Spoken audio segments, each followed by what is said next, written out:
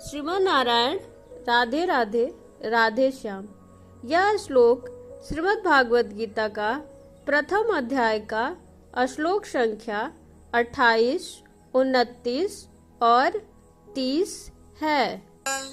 अर्जुन उवाच दृष्टिमेमं स्वजनं कृष्ण युयुत्सं समुपस्थितं सीदन्ति मम गात्राणि मुखं च परिशुष्यति वेपतुश्च शरीरे मे रोमहर्षश्च जायते गाण्डीवं स्रंसते हस्ता त्वक्चैव परिदहते न च शक्नोम्यव स्थातुं भ्रमतीव च मे मनः निमित्तानि च पश्यामि विपरीतानि केशव।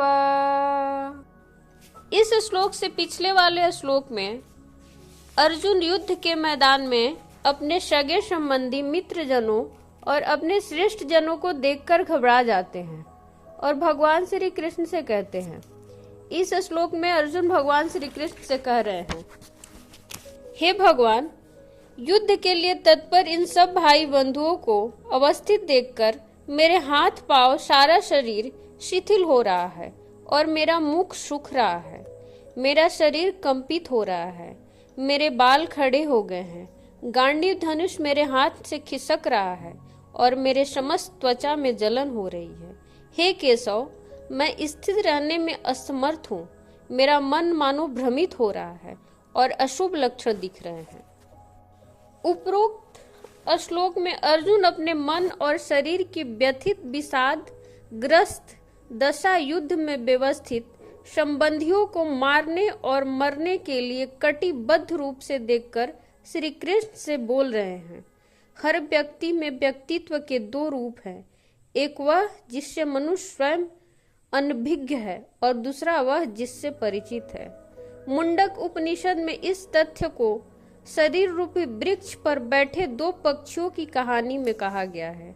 दोनों पक्षियों में एक भोक्ता है जो खट्टे कड़वे मीठे फल खाकर निरंतर व्यथित और परेशान होता है, दूसरा साक्षी मात्र है जो आनंद में विभोर एक मनुष्य का स्वरूप आत्मा है जिससे वो अनभिज्ञ है, और दूसरा मन है जो अच्छाई बुराई सुख दुख दोनों का कारण है। अर्जुन जो परम योद्धा है और वीरों को भयभीत करता है और युद्ध में जिसके लिए हमेशा उत्सव रहा है और अभी पहले तक गांडीव जिसके लिए अजय वरदान था, उसे एकदम क्या हो गया? यही मन की चंचलता है, यही त्रिगुणात्मक माया जाल है जो कभी कुछ और कभी कुछ हो जाता है। अब अर्जुन अग्रमित 45 श्लोक में अपने विषाद का वर्णन कर रहे हैं। अर्जुन को एहसास हुआ कि युद्ध के मैदान में खून बहाने के लिए तैयार सभी योद्धा कोई और नहीं बल्कि उसके अपने रिश्तेदार, दोस्त और परिवार के लोग थे। वह पश्चाताप से भर गया और युद्ध लड़ने के अपने कर्तव्य को निभाने से डरने लगा। इन भावनाओं का कारण उसके शारीरिक रिश्तेदारों के प्रति उसकी आसक्ति थी। वह अपने आध्यात्मिक अस्तित्व को भूल गया है कि वह सिर्फ शरीर नहीं था। अपने शारीरिक रिश्तेदारों के प्रति उसके मोह ने उसकी चेतना को अंधा कर दिया था।